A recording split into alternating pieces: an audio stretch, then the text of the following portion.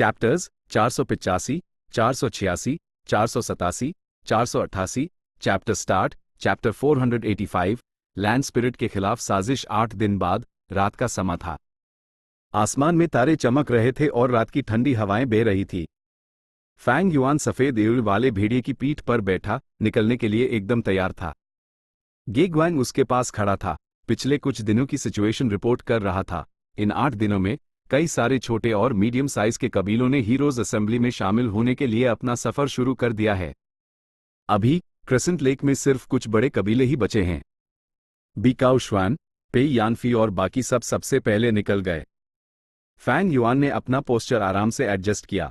पहले जब हमने पहल करके 3 कबीलों को चैलेंज किया, उससे कई कबीले सहम गए थे।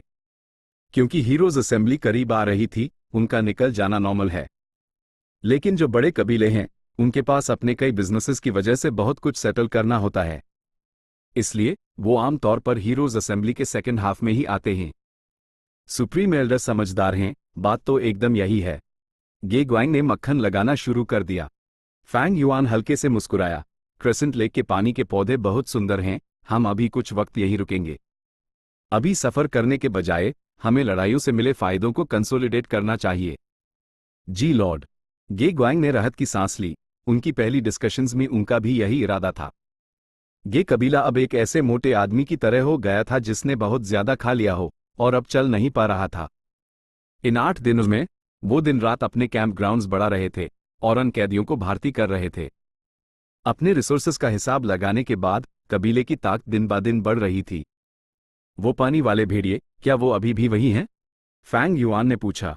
जी, मैंने अपने जासूस गू मास्टर्स को कई बार वहां जांच करने के लिए भेजा है। ये पानी वाले भेड़िए लगभग 5000 हैं और रात को वो यूएस पानी के आश्रय में आराम करने जाते हैं। लॉर्ड, क्या आपको सच में गार्ड्स नहीं चाहिए? फैंग युआन ने नाक सिकोड़ी बड़े गुरूर से जवाब दिया। जहां कहीं भी भेड़िए होंगे वहां मैं चांग शनयन जरूर होऊंगा। मुझे गार्ड्स की क्या जरूरत है? गे ग्वांग उसकी नाखुशी को सुन सकता था, इसलिए उसने जल्दी से झुककर रास्ता दिया। मेन लॉर्ड सुप्रीम एल्डर को पानी के भेड़ियों को भर्ती करने में सफलता की कामना करता हूं। तुम्हें कबीले के मामलों में सावधान रहना होगा। मेरे ना रहने पर तुम्हें अनगू मास्टर्स पर खास ध्यान देना होगा जिन्होंने सरेंडर किया है। जी लॉर्ड। फैंग युआन ने विंड वुल्फ किंग को पीछे छोड़ दिया। कमजोर टर्टलबैक मिरियड वुल्फ किंग और 18,000 भेड़ियों को लेकर कैंपसाइट से निकल गया और अपने शिकार पर चल पड़ा। पहले उसने गे कबीले के जासूसों द्वारा बनाए गए नक्शे का पालन किया और पानी के आश्रय के करीब पहुंच गया। पानी के भेड़िए पानी में रहते थे, वो मछलियों को अपना भोजन बनाते थे। अक्सर जब वो भूखे होते तो वो जमीन पर आकर कुछ खरगोश या चूहे भी खा लेते थे। भेड़ियों के झुंड के आने से ये पानी के भेड़िए फौरन सतर्क हो गए। अपने घरों की रक्षा के लिए पानी के भेड़ियों ने एक सख्त फॉर्मेशन बनाई और पानी के आश्रय से बाहर निकलकर फैंग युआन को चौकसी से घूरने लगे। फैंग युआन बिना किसी एक्सप्रेशन के अपनी सफेद एलू वाले भेड़िए की पीठ पर बैठा था। उसने अपने हाथ से इशारा किया और अनागिनत जंगली भेड़ियों ने गुर्राते हुए पानी के भेड़ियों पर हमला कर दिया। पानी के भेड़ियों ने भी सामना किया और दोनों तरफ से घमासान युद्ध छिड़ गया। वुल्फ हाउल गू, वुल्फ स्मोक गू। फैंग युआन ने पीछे से कई बार अपना मूव चला, लड़ाई का पूरा कंट्रोल अपने हाथों में मजबूती से पकड़े हुए। उसका भेड़ियों का झुंड शुरू से ही बड़ा था। जल्द ही उन्होंने पानी के भेड़ियों को मारना शुरू कर दिया। 1000 से ज्यादा पानी के भेड़ियों की लाशें जमीन पर पड़ी थी, जबकि फैंग युआन ने वुल्फ इंस्लेवमेंट गू का इस्तेमाल करके 2000 से ज्यादा को अपने वश में कर लिया। बाकी बचे 1000 क्रेसेंट लेक के गहरे हिस्सों में भाग गए। फैंग युआन ने उनका पीछा नहीं किया, बल्कि उसने इस पानी के आश्रय को नष्ट कर दिया और कई सौ पानी के भेड़ियों के बच्चे हासिल कर लिए। इसके बाद वो अगली जगह पर गया। कई भेड़ियों के आश्रयों को नष्ट करने के बाद रात होने तक फैंग युआन ने 6000 से ज्यादा पानी के भेड़िए, 2000 टर्टलबैक भेड़िए और 1000 रात के भेड़ियों को अपने वश में कर लिया था। क्रेसेंट लेक में सबसे ज्यादा पानी के भेड़िए थे, लेकिन वहां कुछ टर्टलबैक भेड़िए, रात के भेड़िए और हवा के भेड़िए भी थे। लेकिन हवा के भेड़िए बहुत तेज थे, उन्हें पकड़ना मुश्किल था। वो अक्सर जरा से खतरे पर ही पीछे हट जाते थे। फैंग युआन ने हवा के भेड़ियों के एक झुंड को निशाना बनाया, लेकिन वो लड़ाई के बीच में ही तेजी से भाग गए। भेड़ियों के झुंड बहुत चालाक होते हैं, उन्हें पकड़ने के लिए फैंग युआन को भी कीमत चुकानी पड़ती थी। अगर कीमत बहुत ज्यादा होती और फायदे से बढ़कर होती तो वो उन्हें छोड़ देता था। कुछ बड़े पानी के भेड़ियों के झुंडों में myriad wolf kings the Fang Yuan ने अन पर अचानक हमला करने की हिम्मत नहीं की। लेकिन इस बार उसकी भेड़ियों के शिकार की ये मुहिम सिर्फ एक दिखावा थी। एफ्लैट जब उसने काफी एक्टिंग कर ली थी, उसने एक सुनसान जगह ढूंढी और खुद को भेड़ियों से घिरा लिया। फिर उसने मूविंग पर्सपेक्टिव कप गू को एक्टिवेट किया और लिटिल हु इमॉर्टल से कांटेक्ट किया। लिटिल हु इमॉर्टल को खबर मिलते ही उसने फौरन स्टारलाइट फायरफ्लाई गू का एक ग्रुप बुलाया। स्टारलाइट और ग्रीन ग्रेप इमॉर्टल एसेंस का इस्तेमाल करके स्टारगेट गू को एक्टिवेट कर दिया। स्टारगेट गू जोड़े में आते थे। ब्लैक हेवन की शक्ति का इस्तेमाल करके वो रीजन्स पार कर सकते थे। फैंग युआन ने कुछ देर इंतजार किया, रात के आसमान में तारों की रोशनी को नीचे उतरते और अपने स्टारगेट गू पर इकट्ठा होते हुए देखा। स्टारगेट गू एक नीले रत्न की तरह था जो आसमान की तरफ उड़ा। जब वो बीच हवा में पहुंचा, तारों की रोशनी एक धमाके के साथ फट गई और एक दरवाजा बन गया। इस बार फैंग युआन ने जल्दी से स्टारगेट में प्रवेश नहीं किया, बल्कि उसने पहले कमजोर और बुरी तरह से घायल टर्टलबैक मिरियड वुल्फ किंग को अंदर भेजा, साथ ही बड़ी संख्या में घायल भेड़ियों को भी। बड़ी संख्या में भेड़िए बहती नदी के पानी की तरह स्टारगेट में घुस गए और गायब हो गए। इस तरह फैंग युआन के पास सिर्फ मजबूत और एलिट भेड़िए ही बचे। इससे उन्हें खिलाने का प्रेशर काफी कम हो गया। जहां तक अनघायल भेड़ियों की बात थी, वो ब्लेस्ड लैंड में प्रजनन करेंगे और बढ़ेंगे, स्वस्थ बच्चों को जन्म देंगे। क्योंकि हु इमॉर्टल ब्लेस्ड लैंड में समय तेजी से चलता था, वो जल्दी बड़े होंगे और फैंग युआन के लिए भेड़ियों का नया सोर्स बनेंगे। इन भेड़ियों को हु इमॉर्टल ब्लेस्ड लैंड में भेजने के बाद फैंग युआन ने भी दरवाजे में प्रवेश किया। मास्टर, आपने मुझे रोज कनेक्टिंग हेवन गू चेक करने को कहा था। मैं बहुत आज्ञाकारी थी और मैंने वैसा ही किया। वो लंग या ओल्ड इमॉर्टल सच में फिर से प्रकट हुआ और उसने ट्रेजर येलो हेवन में ढेर सारा सामान खरीदा। Little Hu immortal Fang Yuan को देखकर बहुत खुश हुई, उसकी टांग से लिपट गई और अपने चेहरे को उससे रगड़ते हुए फैंग युआन के जाने के बाद हुई बातें बताने लगी। ओह, ऐसा है क्या? उसने क्या खरीदा? फैंग युआन ने यह सुना और यूएसएमई एनर्जी आ गई। उसने जल्दी से पूछा। लिटिल हु इमॉर्टल ने अपनी जेब से एक कागज का टुकड़ा निकला और फैंग युआन को दे दिया। फैंग युआन ने देखा और यूएस पर नजर डाली। ये गू वॉर्म्स और सामान बहुत जाने पहचाने ये सेकंड एपर्चर गू को रिफाइन करने के लिए इस्तेमाल होते थे। इसका क्या मतलब था? लैंग या old immortal high lung Ya land spirit था। वो सेकंड एपर्चर गू रिफाइन करने जा रहा था। इसका मतलब वो हमले की दूसरी लहर से बच गया था और उसके अंदर सेकंड एपर्चर गू रिफाइन करने की इच्छा थी। साथ ही वो डिवाइन ट्रैवल गू निश्चित रूप से उसके हाथों में था। वरन वो हमले की दूसरी लहर के अचानक बाद इतनी जल्दी सामान क्यों खरीदता? लंग या लैंड स्पिरिट पर ओल्ड मैन यानशी ने साजिश की थी। वो अभी लंग या ब्लेस्ड लैंड को बचा रहा होगा। भले ही ये लैंड स्पिरिट होशियार है, लेकिन वो सख्त है और उसके पास साजिश रचने की काबिलियत नहीं है। वे किसका इंतजार कर रहा हूं? फैंग युआन ने ये सोचा और उसका दिल जोर से धड़कने लगा। उसने फौरन हु इमॉर्टल ब्लेस्ड लैंड छोड़ दिया और नॉर्दर्न प्लेन्स के क्रेसेंट लेक में वापस आ गया। फिर उसने भेड़ियों के झुंड को लेकर बिना रुके यूएस पत्थर के जंगल की तरफ बढ़ा। थीविंग हेवन डेमन वेनरेबल के एंट्री पॉइंट का दोबारा इस्तेमाल करके वो लंग या ब्लेस्ड लैंड में घुस गया। लैंग या ब्लेस्ड लैंड में कई नए बदलाव आए थे। 12 बादल की इमारतों पर हमला हुआ था। वहां बहुत सारा मलबा और टूटे फूटे ढांचे थे। जलने के निशान, बिजली गिरने या पाले के निशान थे। ये एक बड़े युद्ध के निशान थे। खासकर इमारतों के बाहर साफ सफेद बादल की मिट्टी पर खून के दाग लगे हुए एक पहाड़ के आकार का हिरण जैसा डेसोलेट बीस्ट बादल की मिट्टी पर मारा पड़ा था। भले ही उसने अपनी जान गंवा दी थी, उसकी खाल अभी भी चमकदार और चिकनी थी, एक इंद्रधनुष जैसी चमक से चमक रही थी। इससे एक पवित्र एहसास हो रहा था। तुम यहां क्यों हो? लैंग या लैंड स्पिरिट ने फैंग युआन का चिड़चिड़ाते हुए स्वागत किया। क्या हुआ? फैंग युआन ने उसका जवाब नहीं दिया, बल्कि पूछा और अपनी हैरानी जताई। HMPH, कुछ हिम्मत वाले बदमाश, उन्होंने इस ब्लेस्ड लैंड पर अपने पंजे जमाए, वो सब मारे गए। लैंग या लैंड स्पिरिट का चेहरा गंभीर था और उसकी मारने की नीयत उभार रही थी। फैंग युआन ने उत्सुकता से लैंड स्पिरिट को देखा। लंग या ब्लेस्ड लैंड तो बहुत गुप्त है ना, वो अंदर कैसे आ गए? जब तक तुमने खुद दरवाजे ना खोले हों। दफा हो जाओ। क्या मैं इतना बेवकूफ हूं? लैंड स्पिरिट चिल्लाया। इन कमीनों ने मेरे खिलाफ साजिश की। उन्होंने मेरे खरीदे हुए सामान में कुछ कर दिया। मैंने असल में डिवाइन ट्रैवल गू को सेकंड एपर्चर गू रिफाइन करने के लिए खरीदा था, लेकिन रिफाइनमेंट प्रोसेस के दौरान एक रास्ता बन गया और ये छोटे चूहे अंदर आ गए।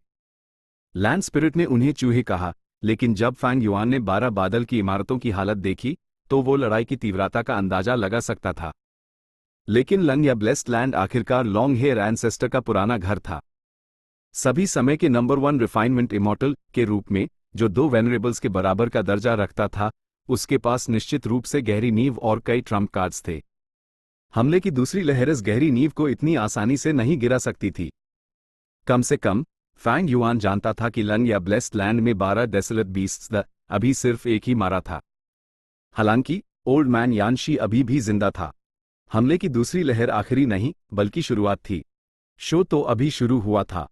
फैंग युआन हंसा, मैंने सही अंदाजा लगाया, तुम ही वो लंग या ओल्ड इमॉर्टल हो। तुमने ट्रेजर येलो हेवन में डिवाइन ट्रैवल गू खरीदा था। ऐसा लगता है कि तुम डिवाइन ट्रैवल गू को बचाने में कामयाब रहे। लैंग या लैंड स्पिरिट गर्व से हंसा, बिल्कुल। वर्ण वो नो रंग का स्पिरिट डियर नहीं मरता। अचानक उसका चेहरा बदल गया, जैसे उससे कुछ याद आया हो। उसने चौकसी से फैंग युआन को घूरा। लड़के, तुम यहां क्यों हो? फैंग युआन ने लैंड स्पिरिट के सामने झुककर बिल्कुल सच्चाई से जवाब दिया, और क्या? मैं जाहिर है यहां आपसे मेरे लिए सेकंड एपर्चर गू रिफाइन करवाने आया हूं। क्या? लैंड स्पिरिट चिल्लाया, गुस्से से फैंग युआन को घूरते हुए। उसकी इल्म से आग निकलने वाली थी।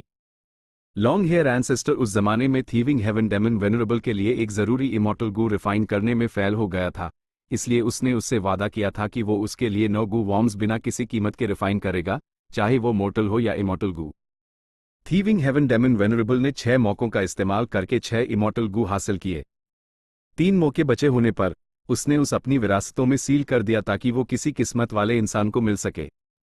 फैंग युआन की पिछली जिंदगी में ये मौका मा होंगयर ने लिया था, लेकिन अब फैंग युआन यहां पहले आ गया और उसने ये अमर अवसर छीन लिया। पहले उसने एक मौके का इस्तेमाल करके लंग या लैंड स्पिरिट से स्टारगेट गू रिफाइन करवाया था। ए फ्लैट जब वो दोबारा यहां आया था, वो दूसरे मौके का इस्तेमाल करके सेकंड एपर्चर गू रिफाइन करवाने वाला था। Lang Ya land spirit long hair ancestor के जुनून से बना था, वो ऐसे रिक्वेस्ट को माना नहीं कर सकता था। लेकिन डिवाइन ट्रैवल गू को बचाने के लिए उसने एक बड़ी कीमत चुकाई थी। ये देखते हुए कि सेकंड एपर्चर गू सफलतापूर्वक रिफाइन होने ही वाला था, नतीजा ये हुआ कि फैंग युआन उससे लेने आ गया। लैंग या लैंड स्पिरिट गुस्से से तिलमिला रहा था और गुस्से से घूर रहा था। उसने एक गंभीर आवाज में फैंग युआन से पूछा, ये मत कहना कि तुम वो मास्टरमाइंड हो जिसने मेरे ब्लेस्ड लैंड पर हमले की साजिश रची? फैंग युआन ने अपनी नाक रख दी, मासूमियत से कहते हुए, क्या तुम्हें लगता है कि मैं एक मोर्टल अनगू इमॉर्टल्स को मोबिलाइज कर सकता हूं?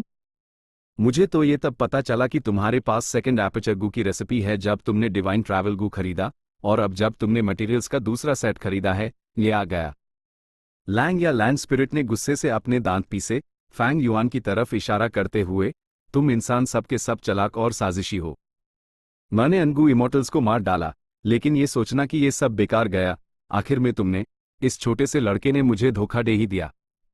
फैंग युआन जोर से हंसा, ये धोखा नहीं है, बल्कि एक वादा है जो तुमने यूएस जमाने में थीविंग हेवन डेमन वेनरेबल को दिया था। तो क्या तुम अब मेरे लिए सेकंड एपर्चर गू रिफाइन करने जा रहे हो? लैंड स्पिरिट गुस्से में था और फैंग युआन के लाखों टुकड़े करना चाहता था, लेकिन उसके पास उसके लिए गू रिफाइन करने के अलावा कोई चारा नहीं था। चैप्टर 486 डू इमॉर्टल गू हासिल किए। मैं तुम्हें गू रिफाइन करते हुए पर्सनल रूप से देखना चाहता हूं। फैंग युआन के मन में एक ख्याल आया और उसने लैंड स्पिरिट को परखने के लिए यह सवाल पूछा। गू मास्टर्स की रिफाइनमेंट प्रोसेस गुप्त होती थी। अगर कोई उन्हें देख लेता तो रेसिपी लीक हो सकती थी या गू मास्टर के खास तरीके भी सामने आ सकते थे। बिल्कुल, ये हमारे एग्रीमेंट्स में से एक था। लैंग या लैंड स्पिरिट फौरन मान गया, जो फैंग युआन की उम्मीद के बिल्कुल विपरीत था। फैंग युआन ने अपनी भुएं उठाई, उस हल्का सा अंदाजा हो गया। उस जमाने में जब long hair ancestor space escape गू रिफाइन करने में फेल हो गया था, उसने थीविंग हेवन डेमन वेनरेबल के पूरे जीवन की जमा पूंजी, सारे मटेरियल्स बर्बाद कर दिए थे।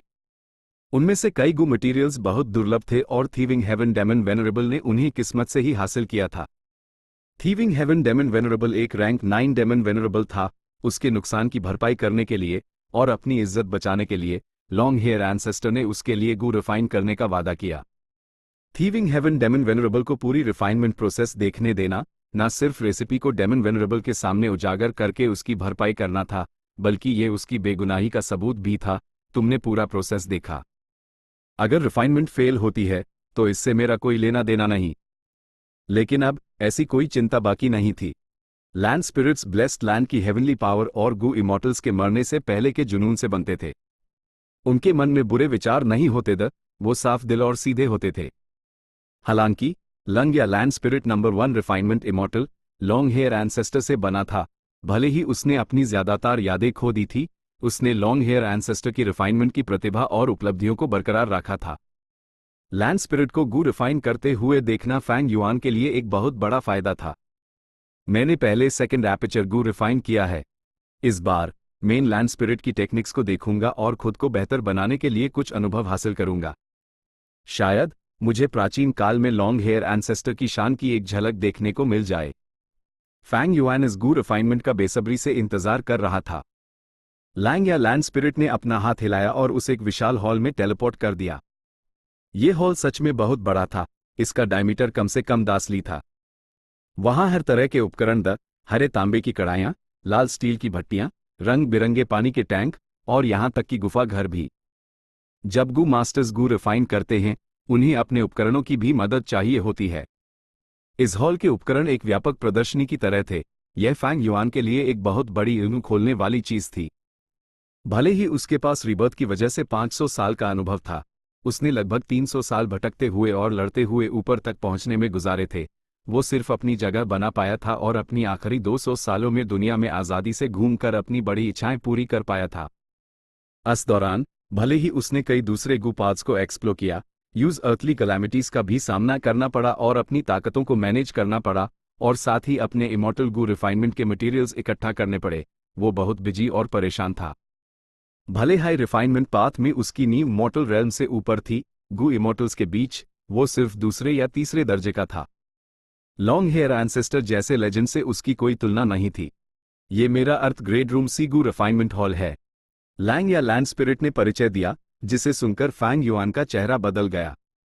लैंड स्पिरिट झूठ नहीं बोलेगा, इतना बड़ा हॉल लैंग या ब्लेस्ड लैंड के कई गू रिफाइनमेंट हॉल्स में से सिर्फ एक था। अर्थ ग्रेड रूम सी, इस ब्लेस्ड लैंड में ऐसे कितने हॉल होंगे? इसी पाल लैंड स्पिरिट ने हाथ हिलाया। एक पाल में हॉल में कुछ हजार हेरी मेन प्रकट हो गए।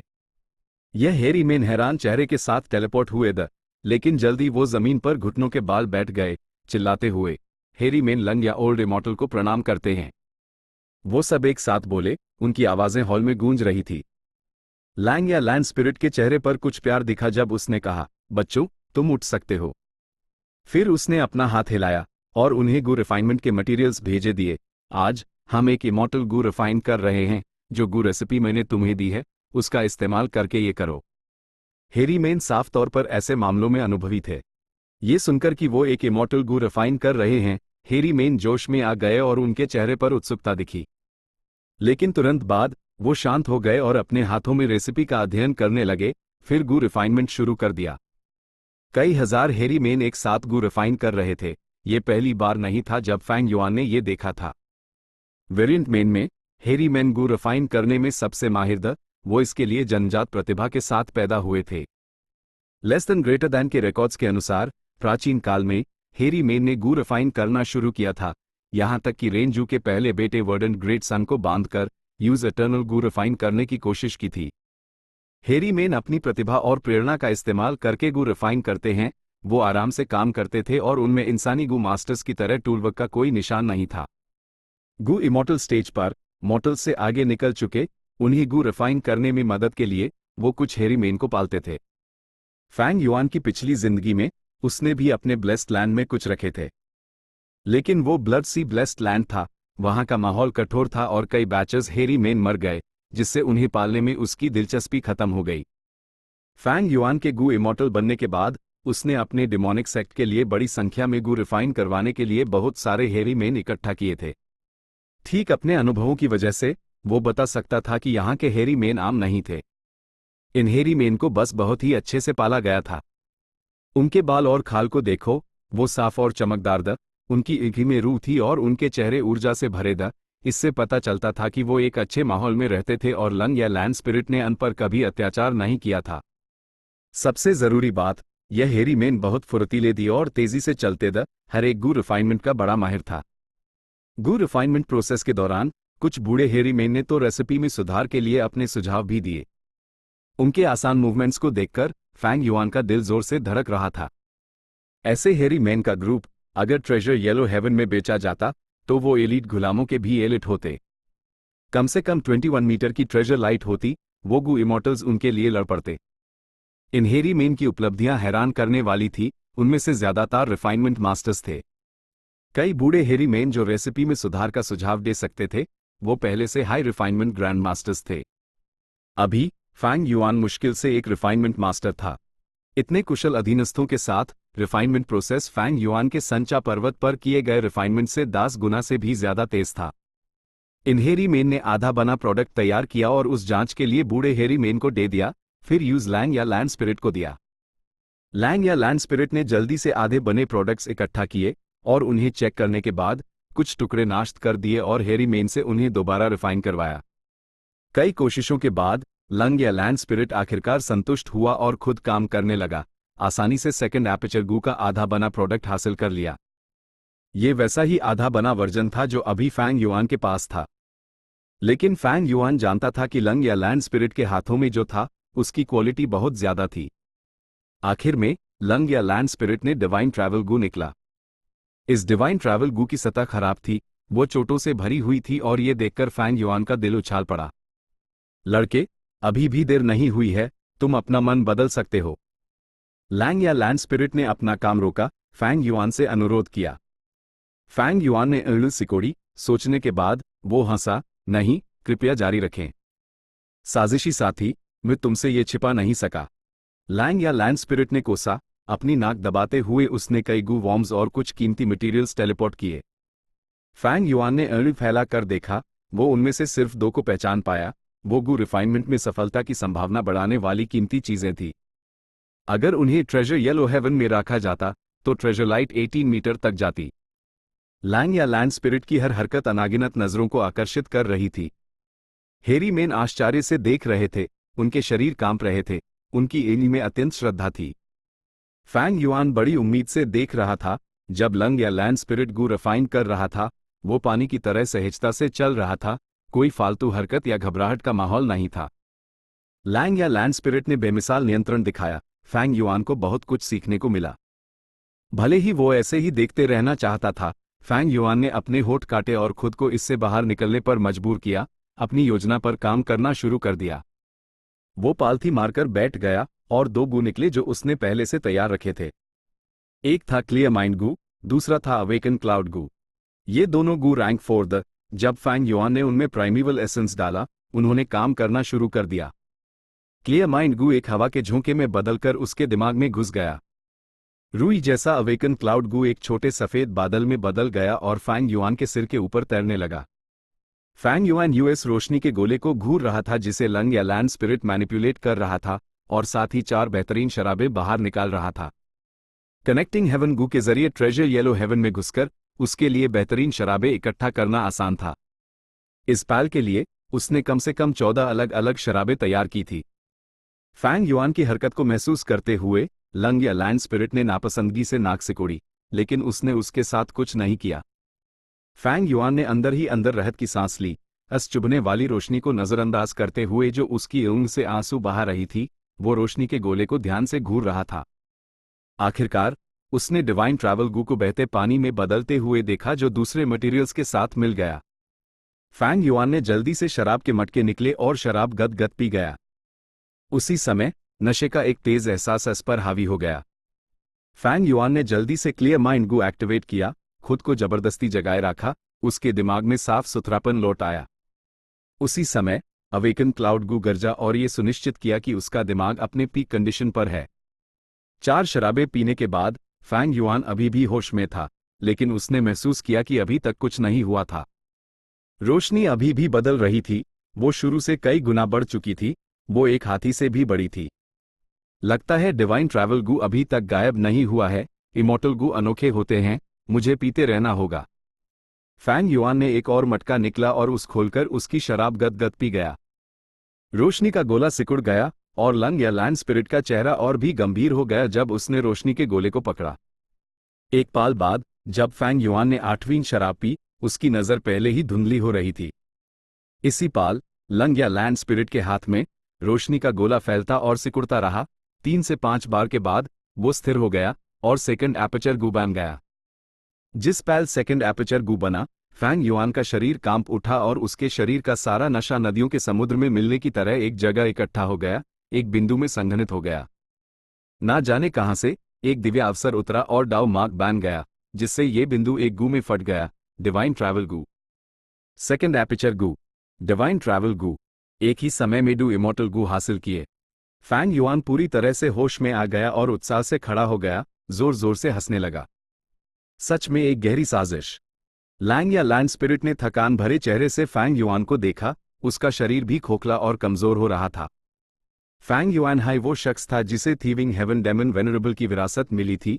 भले high lung Ya land spirit को डिवाइन ट्रैवल गू चाहिए था, वो फैंग युआन पर हमला नहीं कर सकता था।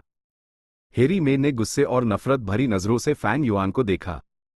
इस नीच इंसान ने हमारे प्रिय और सर्वोच्च लॉर्ड लैंग या ओल्ड इमॉर्टल के खिलाफ साजिश करने की हिम्मत की। फैंग युआन ने इन हेरी मेन पर कोई ध्यान नहीं दिया।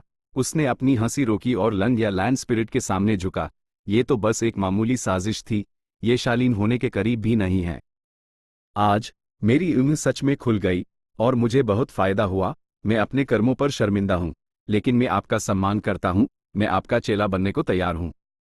चैप्टर 487 इमॉर्टल गू का सौदा। दफा हो जाओ। अगर मैंने तुम्हें अपना चेला बना लिया तो मुझे लगता है एक दिन में गुस्से से ही मर जाऊंगा। मेरे बच्चे सबसे अच्छे हैं, मुझे कोई चिंता नहीं देते। ए फ्लैट दफा हो जाओ, मैं तुम्हें देखना नहीं चाहता। लैंग या लैंड स्पिरिट अपना हाथ हिलाता रहा। फैंग युआन की चेला बनने की दरख्वास्त को बिना किसी हिचकिचाहट के ठुकरा दिया। वो सेकंड एपर्चर गू हासिल कर सकता था, लेकिन फैंग युआन ने उसके खिलाफ साजिश रची और उस सफलतापूर्वक रिफाइन किए गए सेकंड एपर्चर गू को आसानी से देने पर मजबूर कर दिया, साथ ही डिवाइन ट्रैवल गू भी गंवा दिया। फैंग युआन हल्के से मुस्कुराया। लैंड स्पिरिट के इनकार से यूज कोई फर्क नहीं पड़ा। लैंड स्पिरिट्स गू इमॉर्टल्स के जुनून से बनते थे। वो सीधे सादे और पक्षपाती थे। उनका अब इनकार करना मतलब भविष्य में भी इनकार करना ही था। बड़े अफसोस की बात है, मैं तो डिवाइन ट्रैवल गू को तुम्हें हमारी गुरु शिष्य की रस्म के तौफ के तौर पर देने का सोच रहा था। HMPH, मुझे तुम जैसे चलाक लोग सबसे ज्यादा नापसंद हैं। हेरी मेन हाई सबसे अच्छे हैं। मैं तुम्हें सच बताता हूं, मैंने पहले हाई 18 हेरी मेन को अपना चेला बना लिया है। आगे भी मैं सिर्फ हेरी मेन को ही अपना चेला बनाऊंगा। ठीक है, मुझे सेकंड एपर्चर गू दो। फैंग युआन ने अपना हाथ आगे बढ़ाया। लैंग या लैंड स्पिरिट का चेहरा सुस्त हो गया और उसने अनिच्छा से अपने हाथ में इमॉर्टल गू को देखा। ये वो गू था जिसे वो रिफाइन करना चाहता था और अब वो सफल भी हो गया था, लेकिन उस बिना उसके साथ आराम किए ही उस छोड़ना पड़ रहा था। लेकिन उस जमाने का समझौता एक तरह की इच्छा बन गया था जो लैंड स्पिरिट का हिस्सा बन गई थी। वो उसका उल्लंघन नहीं कर सकता था और ना ही उसका उल्लंघन करने का इरादा था। लड़के, मैं तुम्हें याद रखूंगा। लैंग या लैंड स्पिरिट गुर्राया और सेकंड एपर्चर गू को फैंग युआन के हाथ में दस दिया। यह सेकंड एपर्चर गू एक बीटल जैसा दिखता था जिसके दो न्यूक्लियस सायर दी और बीच का शरीर मोटा था। बीटल एक नौजवान की मुट्ठी के बराबर था। ये नीले जड़े जैसा था और स्पर्श में मुलायम और ठंडा महसूस होता था। उसके मोटे पीठ पर एक सुनहरी आंख थी। सुनहरी आंख बिजली से चमक रही थी और उसमें भरपूर आध्यात्मिकता थी। ये वो गू है जिसके लिए मैंने संचा पर्वत पर खतरा मोल लिया था और हर कीमत पर रिफाइन करना चाहता था। मैंने सोचा नहीं था कि मैं इसे इस तरह से हासिल करूंगा। फैंग युआन ने आह भरी, लेकिन उसने जल्दी में इसका इस्तेमाल नहीं किया और पहले इसे अपनी थैली में रख लिया। लैंग या लैंड स्पिरिट के सहयोग से यह सेकंड एपर्चर गू पहले हाई फैंग युआन की चीज बन चुका था, लेकिन वो अभी भी गू इमॉर्टल नहीं था और उसके पास ग्रीन ग्रेप इमॉर्टल एसेंस नहीं था, इसलिए वो इसे अभी एक्टिवेट नहीं कर सकता था। तुम्हारे पास इमॉर्टल गू आ चुका है। अगर तुम अपना आखिरी मौका इस्तेमाल नहीं करना चाहते तो अब तुम जा सकते हो। Lang Ya land spirit use वहां से भगाना चाहता था। फैंग युआन ने, हालांकि, डिवाइन ट्रैवल गू निकला और मुस्कुराते हुए use Lang Ya land spirit के सामने हिलाया। तुम्हें ये इमॉर्टल गू नहीं चाहिए? लैंग या लैंड स्पिरिट की भुएं उठ गई। क्या तुम इसे बेचना चाहते हो? उसके पास कनेक्टिंग हेवन गू था और वो ट्रेजर येलो हेवन से जुड़कर हर तरह के गू रिफाइनमेंट मटेरियल्स खरीद सकता था। यहां तक कि सेकंड एपर्चर गू रिफाइन करने के लिए जरूरी इंसानी एपर्चर्स भी गुलाम गू मास्टर्स को खरीद कर और उन्हें मारकर हासिल किए जा सकते थे। सेकंड एपर्चर गू एक एक्सपेंडेबल गू था। फैंग युआन के इस्तेमाल करने के बाद ये गायब हो जाएगा। लैंग या लैंड स्पिरिट पूरी तरह से एक और रिफाइन कर सकता था। बेशक शर्त यह थी कि उसके पास डिवाइन ट्रैवल गू होना चाहिए। बिना डिवाइन ट्रैवल गू के वो कभी भी सेकंड एपर्चर गू रिफाइन नहीं कर पाएगा। फैंग युआन ने हालांकि सीधा जवाब नहीं दिया और उल्टा पूछा, मुझे बताओ, अगर मैं एक और सेकंड एपर्चर गू इस्तेमाल करूं तो क्या मुझे तीसरा एपर्चर मिल सकता है? HMPH सपने देखते रहो। लैंग या लैंड स्पिरिट ने तुरंत ताना मारा, यह सेकंड एपर्चर गू है, थर्ड एपर्चर गू नहीं। तुम तीसरा एपर्चर बनाना चाहते हो? तो जाओ थर्ड एपर्चर गू की रेसिपी रिफाइन करो। फैंग युआन ने सर हिलाया और सच्चाई से कहा, मैंने भी यही सोचा था। लैंड स्पिरिट सिर्फ इसलिए उससे झूठ नहीं बोलेगा क्योंकि यूज डिवाइन ट्रैवल गू चाहिए था। साथ ही वो सेकंड एपर्चर गू की रेसिपी भी जानता था, इसलिए उसने पहले ही ये निष्कर्ष निकाल लिया था। उसने ये सिर्फ कंफर्म करने के लिए पूछा था। इसके साथ फैंग युआन के पास जो डिवाइन ट्रैवल गू और आधा बना सेकंड एपर्चर गू था, उनका उपयोग खत्म हो गया था। फैंग युआन के पास पहले से हाई एक सेकंड एपर्चर गू था। वो एक अकेली ताक था और उसके पास कोई भरोसेमंद साथी नहीं था जिसे वो सपोर्ट कर सके, इसलिए उसे एक और सेकंड एपर्चर गू की जरूरत नहीं थी। इसके अलावा जब उसने अभी अभी लैंड स्पिरिट की गू रिफाइनमेंट प्रोसेस देखी थी, वो जानता था कि आखिरी कदम बेहद खतरनाक था। रोशनी के गोले का फूलना और सिकुड़ना बेहद मजबूत कंट्रोल की मांग करता था, जिसे बनाए रखने के लिए कम से कम 1000 आदमी की आत्मा की जरूरत थी। इमॉर्टल गू इतना आसान कैसे हो सकता था रिफाइन करना? खुशकिस्मती से संचा पर्वत पर फैंग युआन ने रीबर्थ के बाद सेकंड एपर्चर गू रिफाइन करने में अपना दिल नहीं लगाया था, वरन अस समय की उसकी ताकत के साथ उसका अंजाम बिल्कुल बुरा होता। सिर्फ बैकलैश हाई यूज मौत के करीब ला सकता था।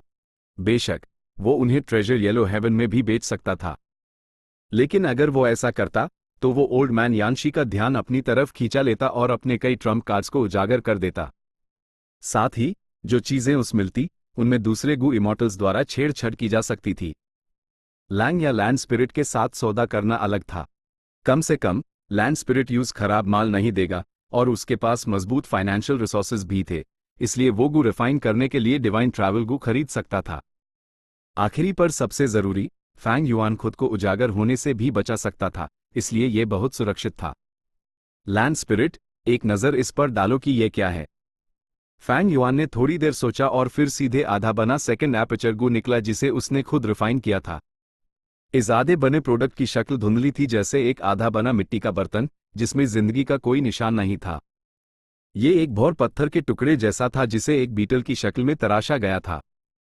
उसका बड़ा पेट शालीन दिखता था, जिसके सिर और पूंछ न्यूक्लियर, लेकिन कोई एंटेना या पैर नहीं थे।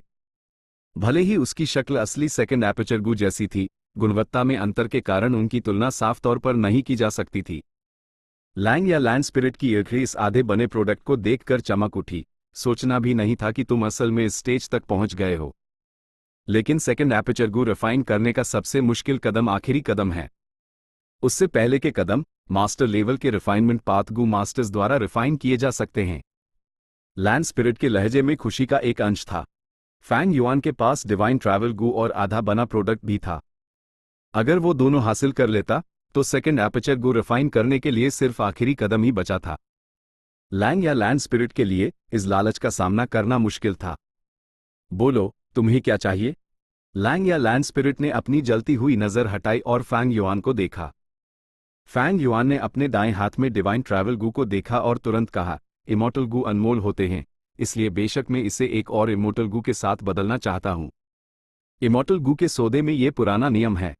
लैंग या लैंड स्पिरिट का चेहरा तुरंत उतर गया। भले ही यह पुराना नियम है, लेकिन यह हमारी सिचुएशन के लिए उपयुक्त नहीं है। पहली बात, डिवाइन ट्रैवल गू प्रैक्टिकल नहीं है और आखिरी उपाय के रूप में सिर्फ बच निकलने के लिए इस्तेमाल किया जा सकता है। अगर ये गू मास्टर को किसी ज्वालामुखी की गहराई में या जमीन की गहराई में टेलीपोर्ट कर दे तो ये सिर्फ अपनी मौत ढूंढना होगा। दूसरी बात, मेन डिवाइन ट्रैवल गू का इस्तेमाल गू रिफाइन करने के लिए करूंगा, लेकिन मेरे जैसे लैंड स्पिरिट के लिए सेकंड एपर्चर गू का क्या काम? फैंग युआन खुश था। लैंड स्पिरिट की नजर डिवाइन ट्रैवल गू पर टिकी हुई थी जब वो दाम भाव कर रहा था। भले ही उसकी आवाज कठोर लग रही थी, उसके चेहरे ने उसके विचारों को जाहिर कर दिया था। लैंड स्पिरिट, तुम बहुत कंजूस हो। मैं जानता हूं लंग या ब्लेस्ड लैंड में कई इमॉर्टल गू हैं। डिवाइन ट्रैवल गू एक रैंक 6 इमॉर्टल गू है। मैं लालची नहीं बनूंगा और इसे सिर्फ एक रैंक 6 इमॉर्टल गू के बदले में बदलना चाहता हूं। लैंड स्पिरिट ने बार बार सर हिलाया और कई बातें कही, लेकिन फैंग युआन ढीला नहीं पड़ा। लैंड स्पिरिट धीरे धीरे बेचैन होने लगा और उसके चेहरे पर गुस्सा भर गया। वो ऐसा लग रहा था जैसे वो फैंग युआन को कच्चा चबा जाएगा। जब फैंग युआन ने देखा कि समय औचित है, उसने कहा, तो फिर ऐसा करते हैं, मैं एक कदम पीछे हटता हूं और तुम्हारे एक एक्सपेंडेबल टाइप रैंक 6 इमॉर्टल गू के बदले में एक्सचेंज करता हूं। जब मैं इस इमॉर्टल गू का इस्तेमाल कर लूंगा, तब तुम इसे दोबारा रिफाइन कर सकते हो, ठीक है ना? लैंड स्पिरिट का चेहरा हल्का हुआ। फैंग युआन के पहले कदम पीछे हटने से उस जीत का एक संतोषजनक एहसास हुआ। उसने कुछ बार नाक सिकोड़ी और अपना सिर उठाया, गर्व से फैंग युआन को देखते हुए। ठीक है, हम ऐसा ही करेंगे। उसने फिर अपने हाथ फैलाए और न जाने कहां से 5 इमॉर्टल गू बाहर लाए। लंग या ब्लेस्ड लैंड की नींव सच में बहुत मजबूत है। फैंग युआन ने अंदर ही अंदर आ भरी जब उसने उन्हें देखा तो वो अचानक हक्का बक्का रह गया। मुझे ये इमॉर्टल गू चाहिए। फैंग युआन का चेहरा थोड़ा अजीब था जब उसने उनमें से एक इमॉर्टल गू की तरफ इशारा किया। यह इमॉर्टल गू कोई और नहीं बल्कि इमॉर्टल गू ग्रुअल मड था, डांगहु पर्वत को धीरे धीरे मारने का अपराधी। उसने सोचा नहीं था कि lung Ya land spirit eyes refine करेगा। दोनों तरफ ने जल्दी से सौदा पूरा कर लिया। फैंग युआन ने इमॉर्टल गू ग्रुअल मड हासिल कर लिया। उसने उस अपने अपच में नहीं रखा, बल्कि कुछ देर के लिए अपनी थैली में रख लिया। मैंने इस आधे बने प्रोडक्ट के लिए अपनी सारी मानसिक और शारीरिक मेहनत लगाई है, इसे हासिल करके तुम्हारे काफी खर्चे बच जाएंगे। हम दोनों अब एक दूसरे से परिचित हो चुके हैं, मैं तुम्हें ये सस्ते में बेचूंगा। मुझे सिर्फ 1000 हेरी मेन चाहिए। मैं लालची नहीं बनूंगा, तुम मुझे वो बूढ़े हेरी मेन भी दे सकते हो जिन्होंने अभी अभी गू रिफाइन किया था। बकवास। लैंड स्पिरिट गुस्से से भड़क उठा, तुम्हें क्या लगता है मैं 3 साल का बच्चा हूं? वो हेरी मेन कम से कम गू रिफाइनमेंट में मास्टर लेवल के हैं। अगर उन्हें ट्रेजर येलो हेवन में रखा जाए तो ट्रेजर लाइट कम से कम 70 फीट ऊंची होगी। फैंग युआन हल्के से हंसा, वो सच में इन हेरी मेन को लालची नजरों से देख रहा था। यह हेरी मेन उसके लिए बहुत बड़ी मदद होते। ठीक है, मुझे 1000 नहीं, 800 चलेंगे। बकवास 800? ये सब हेरी मेन मेरे बच्चे हैं, मैं एक भी नहीं बेचूंगा। लैंग या लैंड स्पिरिट गुस्से में दहाड़ा। हर चीज की एक कीमत होती है। हम अभी भी बात कर सकते हैं। नहीं बेचना मतलब नहीं बेचना। अगर तुमने इसका जिक्र दोबारा किया, तो तुम अपना आधा बना प्रोडक्ट अपने साथ ले जा सकते हो। वे इसे नहीं खरीद रहा। Fang yuan Lang Ya land spirit के दृढ़ रवैये से अंदर ही अंदर हैरान था। उसने दाम बिल्कुल नीचे गिरा दिया था और लंग या लैंड स्पिरिट को साफ फायदा होता, लेकिन वो अभी भी हेरीमेन बेचने को राजी नहीं हुआ। ऐसा लगता था कि उस सच में हेरीमेन से भावनात्मक लगाव था। ये स्थिति अजीब नहीं थी। कई गू इमॉर्टल्स अपने ब्लेस्ड लैंड में वेरिएंट ह्यूमंस को पालतू जानवरों की तरह पालते थे। वो उनकी वृद्धि देखते थे और उन्हें पालने में कई प्रयास भी करते थे। और जब वो मर जाते थे, तो गू इमॉर्टल्स भी दिल के दर्द से आंसू बहते थे। बेशक, ये स्थिति फैंग युआन के साथ कभी नहीं होगी। फैंग युआन को इन हेरी मेन को ना खरीद पाने का अफसोस हुआ, इसलिए उसने अपनी मांग बदल दी। अगर ऐसी बात है, तो मेन वुल्फ इंस्लेवमेंट गू की रेसिपीज के बदले में एक्सचेंज करना चाहता हूं। लैंग या ब्लेस्ड लैंड में बड़ी संख्या में रेसिपीज थी। प्राचीन काल से अब तक उन्हें इकट्ठा करने के बाद कोई ये भी कह सकता था कि वो समुद्र की तरह विशाल थी। ये असंभव था कि उसके पास वुल्फ इंस्लेवमेंट गू जैसी आम रेसिपीज ना हो। फैंग युआन इन रेसिपीज को हमेशा से खरीदना चाहता था, लेकिन जब से यूज ओल्ड मैन यानशी के अस्तित्व का पता चला था, वो येलो ट्रेजर हेवन में अपनी हरकतों पर लगाम लगाए हुए था। विजडम पाथ गू मास्टर्स डिडक्शंस के माहिर द, लेकिन डिडक्शंस को एक आधार की जरूरत होती है और बड़ी मात्रा में जानकारी चाहिए होती है। इस जानकारी को आधार बनाकर वो निष्कर्ष निकाल सकते थे और परिणाम का अनुमान लगा सकते थे। अगर Fang Yuan yellow treasure heaven से बेपरवाही से वुल्फ इंस्लेवमेंट गू की रेसिपीज खरीदता, तो इस बात की गारंटी देना मुश्किल था कि ओल्ड मैन यानशी कुछ अनुमान नहीं लगा पाएगा। लो, यह रैंक 1 से रैंक 5 तक के वुल्फ इंस्लेवमेंट गू की रेसिपीज हैं। लैंग या लैंड स्पिरिट ने फैंग युआन को रेसिपीज का एक बड़ा ढेर पकड़ा दिया। फैंग युआन ने अन पर एक नजर डाली और देखा कि सिर्फ रैंक 5 वुल्फ इंस्लेवमेंट गू रेसिपी के हाई 8 प्रकार के रेसिपीज थे। उन्होंने अलग अलग मटेरियल्स और अलग अलग प्रक्रियाओं का इस्तेमाल करके एक जैसा गू वर्म हासिल किया था। और रैंक 1 से रैंक 4 तक के वुल्फ इंस्लेवमेंट गू रेसिपीज के और भी ज्यादा प्रकार थे। ये सौदा फायदे का है। फैंग युआन अंदर ही अंदर खुश था। सौदा पूरा हुआ, अब तुम जा सकते हो। लैंग या लैंड स्पिरिट ने बेसब्री से अपना हाथ हिलाया। फैंग युआन, हालांकि, मुस्कुराया, जल्दी नहीं, मेरे पास अभी भी एक सौदा है जिसमें तुम जरूर दिलचस्पी लोगे। HMPH, नौजवान, बड़ी बड़ी बातें मत करो।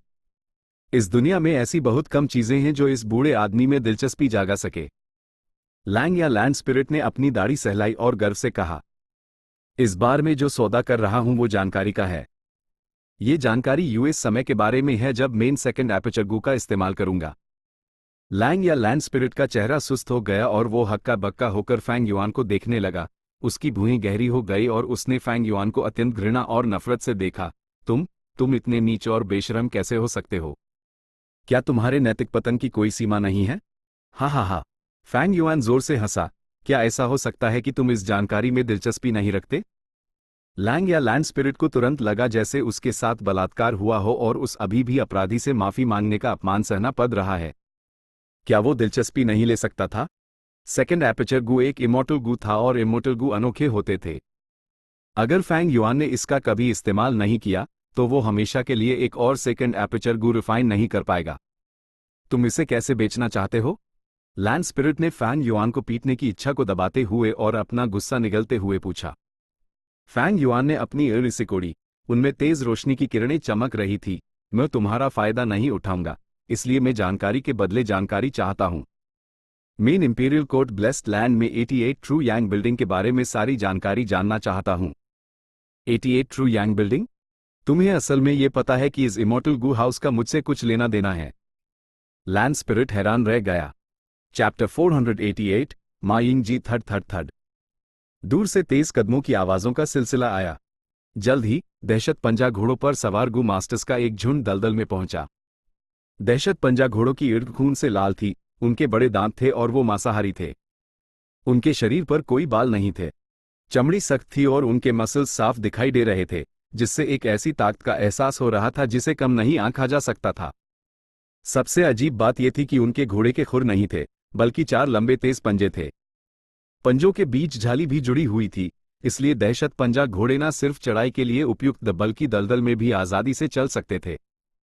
लॉर्ड एल्डर्स, वो यहां से गुजरकर यूएस दिशा में गए हैं। एक जासूस गू मास्टर की इर्द में लाल रोशनी चमकी जब उसने चारों तरफ स्कैन करके रिपोर्ट किया। पास में खड़े एक नौजवान गू मास्टर ने तुरंत भुएं चढ़ाई और चिंता से कहा, यह ठीक नहीं है अंकल। अगर हम इस रास्ते पर चलते रहे तो हम वहां रॉक्स पूल पहुंच जाएंगे। एक बार उन्होंने रॉक्स पूल पार कर लिया तो वो वॉर्म पॉन्ड वैली से बाहर हो जाएंगे।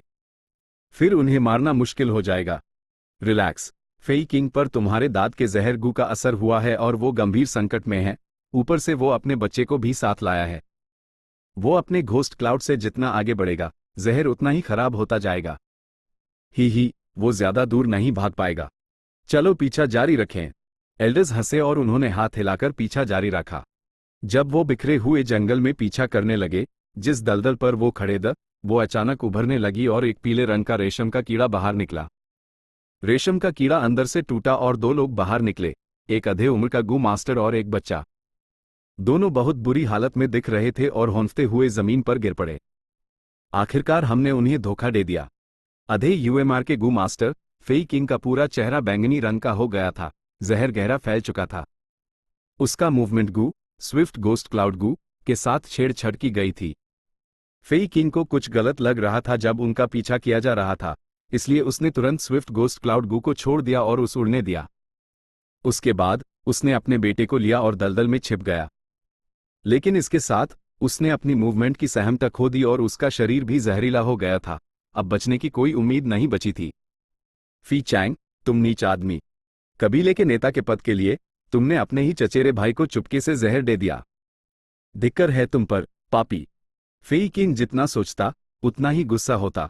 इस निराशा और दिल में भरे गुस्से के ताहट उसने अचानक एक मुंह हरा खून थूका। पापा, पापा, आप ठीक हैं? आपको हिम्मत रखनी होगी। बच्चा खून देखकर रोने लगा और फी किंग के सीने से लिपट गया। बेटा। फेई किंग की निराश आंखों में उम्मीद और दृढ़ता की एक किरण दिखी। उसने प्यार से अपने इकलौते वारिस को देखा और उसके छोटे सिर को सहलाया। लिटिल काय, पापा अब नहीं बच सकते। फेई चैंग ने गहरी साजिश रची है। मैं यूं सिर्फ इसे एक बार धोखा दे सकता हूं। थोड़ी देर में उस जरूर कुछ गलत लगेगा और वो वापस आ जाएगा। जल्दी जाओ, पापा तुम्हारे लिए इन लोगों को रोकेंगे। छोटे रास्ते से जाओ जो मैंने तुम्हें बताया था और शायद तुम बच जाओ। नहीं पापा, मैं आपके साथ जाना चाहता हूँ। चलो साथ में भागे। पापा, मैं आपसे विनती करता हूँ। बेटा, फेई काई दुख में रोने लगा। फेई किंग बहुत चिंतित था, इसलिए उसने अपनी हिम्मत जुटाई और फी काई के कंधों को पकड़ा। लिटिल काई, रो मत। नॉर्दर्न प्लेन्स के आदमी खून बहा सकते हैं पर आंसू नहीं। तुम्हें विश्वास रखना होगा, तुम्हारे शरीर में जायंट सन इमॉर्टल वेनरेबल का खून बीता है। तुम हुआंग जिन परिवार के सदस्य हो। तुम्हारे अंदर का खून बहुत गाढ़ा और दुर्लभ है। तुम्हारे पास 88 ट्रू यांग बिल्डिंग में प्रवेश करने की योग्यता है। खांस खांस। हरा खून फेई किंग के मुंह और नाक से बीता रहा। लिटिल काई, अपना ख्याल रखना। अगर भविष्य में तुम ही इंपीरियल कोर्ट ब्लेस्ड लैंड में प्रवेश करने का मौका मिले तो 88 ट्रू यांग बिल्डिंग में जाना और एंसेस्टर जायंट सुन द्वारा बाद की पीढ़ियों के लिए छोड़ी गई कृपा प्राप्त करना। तभी तुम मेरा बदला ले सकोगे। पापा, जाओ, अगर देर की तो बहुत देर हो जाएगी। फेई किंग ने अपने बेटे को धक्का दिया। फेई काई कई कदम पीछे हटा, बेबस होकर अपने पिता को आंसू भरी आंखों से देखता रहा। जल्दी जाओ, फेई किंग गुर्राया। फेई काई ने अपने आंसू पोंछे, लेकिन तुरंत ही आंसू फिर से गिर पड़े। उसने गुस्से से अपने दांत पीसे, पलटा और भाग गया। बेटा, पापा ने अपनी पूरी कोशिश की, बस तुम इस बुराई के चंगुल से बच सको। फेई किंग जमीन पर बैठकर फी काई की दूर जाती हुई आकृति को देख रहा था, लेकिन जल्दी उसकी आंख धीरे धीरे बड़ी हो गई। बेवकूफ, रुक जाओ। फेई किंग अपने ऊपरी शरीर को सीधा किए बिना नहीं रह सका और अपने बेटे पर चिल्लाया। पापा।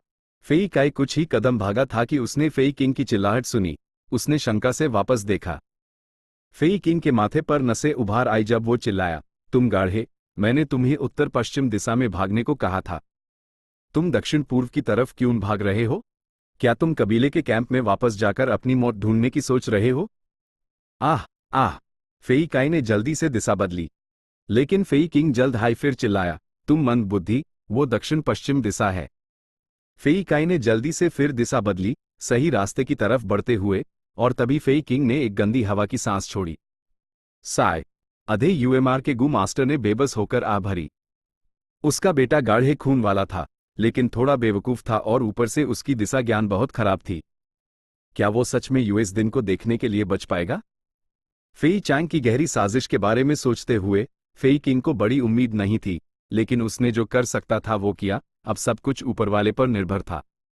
थोड़ी देर बाद, जैसे फेई किंग ने उम्मीद की थी, फेई चैंग एक उदास चेहरे के साथ वापस आया, 3 गू मास्टर्स को उनके दहशत पंजा घोड़ों पर लेकर। फेई किंग, HMPH, तुम जरूर यहां छिपे हुए थे। फेई चैंग की आवाज उदास और खुरदुरी थी। उसकी नजर चाकू की तरह तेज थी, जिसमें घनी मारने की नीयत साफ झलक रही थी। सोचा ना था कि मैं तुम जैसे नीच किरदार के हाथों मरूंगा। फेई किंग ने नफरत से ताना मारा। इस समय उसका शरीर पहले ही लकवाग्रस्त हो चुका था और हिल नहीं सकता था। फेई चैंग ठंडी हंसी हंसा और एक बिल्ली के चूहे के साथ खेलने वाले अंदाज में कहा, मैं तुम्हें इतनी जल्दी नहीं मरूंगा। फेई किंग, क्या तुम बहुत नेक और ऊंचे नहीं हो? इंतजार करो, जब मैं तुम्हारे बेटे को पकड़ लूंगा, मैं तुम्हें अपने बेटे को तड़पते और मरते हुए देखने दूंगा। ही। फेई किंग ऐप शांत नहीं रह सका और गुस्से से घूरा। फी चैंग, तुम उसके सीनियर हो, सोचा ना था कि तुम इतने क्रूर हो सकते हो। HMPH, जब तुम घास काटेते हो, अगर तुम उस जात से नहीं उखड़ते तो बसंत की हवा आने पर वो फिर से उग सकती है। आदमियों, फेई किंग को मेरे पास लाओ। फेई चैंग ने आदेश दिया। उसके पास के गू मास्टर्स तुरंत हरकत में आए और फी किंग को कास कर बांध दिया, फिर एक छन की रस्सी का इस्तेमाल करके उस जमीन पर घसीटने लगे। ही, फेई किंग, मिट्टी का स्वाद चखो। पीछा करो, हमें यूएस लड़के को ढूंढकर मारना ही होगा। फेई चैंग जोर से हंसा, संतुष्टि से भरा हुआ। फेई चैंग सोच रहा था, जब फेई किंग पकड़ा गया तो इस बेवकूफ बच्चे को पकड़ना आसान काम होगा। लेकिन हकीकत अलग थी। फेई चैंग रॉक्स पूल तक आया, लेकिन उस वहां अपने आदमियों के अलावा कोई नहीं मिला। कमीने, वो बच्चा यहां नहीं भागा? बोलो, वो कहां गया? फेई चैंग ने ठंडी आवाज में पूछा। फेई किंग को पूरे रास्ते घसीटा गया था। उसका शरीर बुरी तरह से चोटिल था और वो पहले ही बेहोश हो चुका था। फेई चैंग ने यूज लात मारकर जगाया, लेकिन यूज सिर्फ फेई किंग की उपहासपूर्ण नजर मिली। फेई चैंग ने दुष्टता से हंसा, तुम्हें लगता है कि तुम नहीं बोलोगे तो मुझे पता नहीं चलेगा? ऐसा कहते हुए उसकी ऊन से एक अजीब रोशनी निकली जो फेई किंग के शरीर पर पड़ी। फेई किंग का शरीर कांप उठा, उसकी आत्मा को तुरंत भरी चोट लगी। सोल सर्च गू।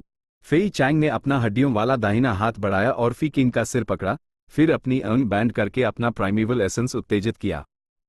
फेई किंग का शरीर कांपा और उसके मुंह से झाग निकलने लगा।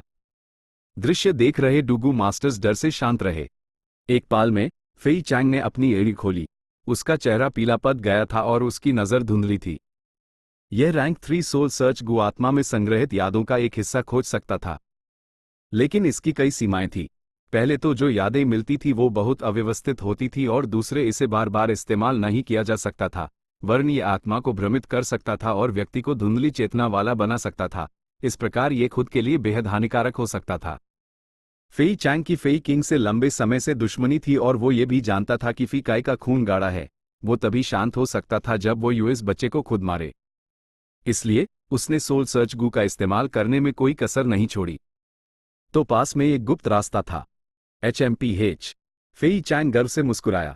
वो खुशकिस्मत था कि वो यादें मिल गई जो वो चाहता था। उसने अपना घोड़ा घुमाया और तुरंत यूएस गुप्त रास्ते की तरफ बढ़ गया। लेकिन जब वो इस जगह पहुंचे, किसी भी व्यक्ति का कोई निशान नहीं मिला। ये कैसे हो सकता है? वो बच्चा अभी बालिग भी नहीं है और उसने अभी तक अपना अपचा भी नहीं खोला है। वो सिर्फ एक मोर्टल है। उसके लिए मेरे जासूस गू से छिपना असंभव है। क्या ऐसा हो सकता है कि मैंने जो यादें लूटी हैं वो महत्वपूर्ण बिंदु का सिर्फ एक हिस्सा है? फेई चैंग ने एक बार और खोजबीन की और झाड़ियों में संकरा रास्ता देखा। उसका चेहरा बहुत उदास हो गया।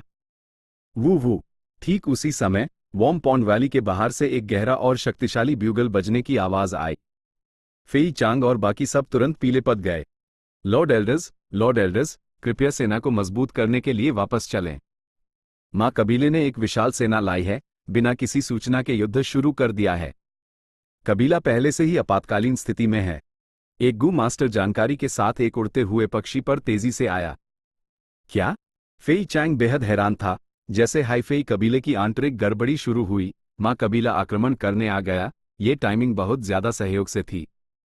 अगर फेई कबीला हाई नहीं रहा तो फेई कबीले के नेता का पैड लेने का क्या मतलब होगा?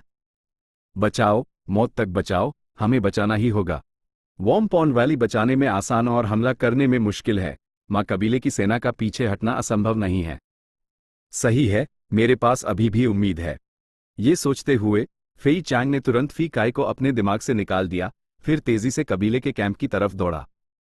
हालांकि मां कबीले का आक्रमण पहले से योजनाबद्ध था।